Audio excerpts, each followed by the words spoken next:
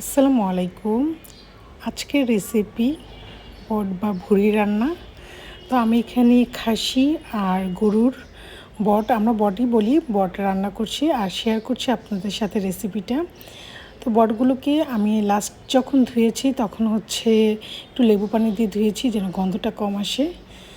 তো বেশ কিছুটা পেঁয়াজ কুচি দিয়েছি আদা রসুন আর জিরা পেস্ট, আর তার সাথে থাকছে হলুদ মরিচের গুঁড়ো, গরম মশলা, ধনিয়া গুঁড়ো, পরিমাণ মতো তেল দিয়ে আমি এইভাবে কষিয়ে নিচ্ছি।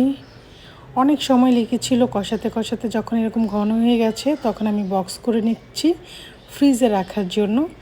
এদিকে আমি একটু বটটাকে ভাজা ভাজা করব, যার কারণে কাঁচামরিচ, পেঁয়াজ আর রসুন দিয়ে এরকম লাল করে ভেজে নিলাম। আর কিন্তু এখন একদম রেডি খাওয়ার জন্য। আর সকালবেলা আজ আমি তাই নাস্তা করতে বসে পড়লাম এই বট ভাজা আর পরোটা দিয়ে। এটা কিন্তু আমার বেশ পছন্দ। আর আপনাদের কার কার এই বট ভাজা পছন্দ অবশ্যই কমেন্ট করে জানাবেন, আর ভিডিওটি ভালো লাগলে শেয়ার করে দিবেন।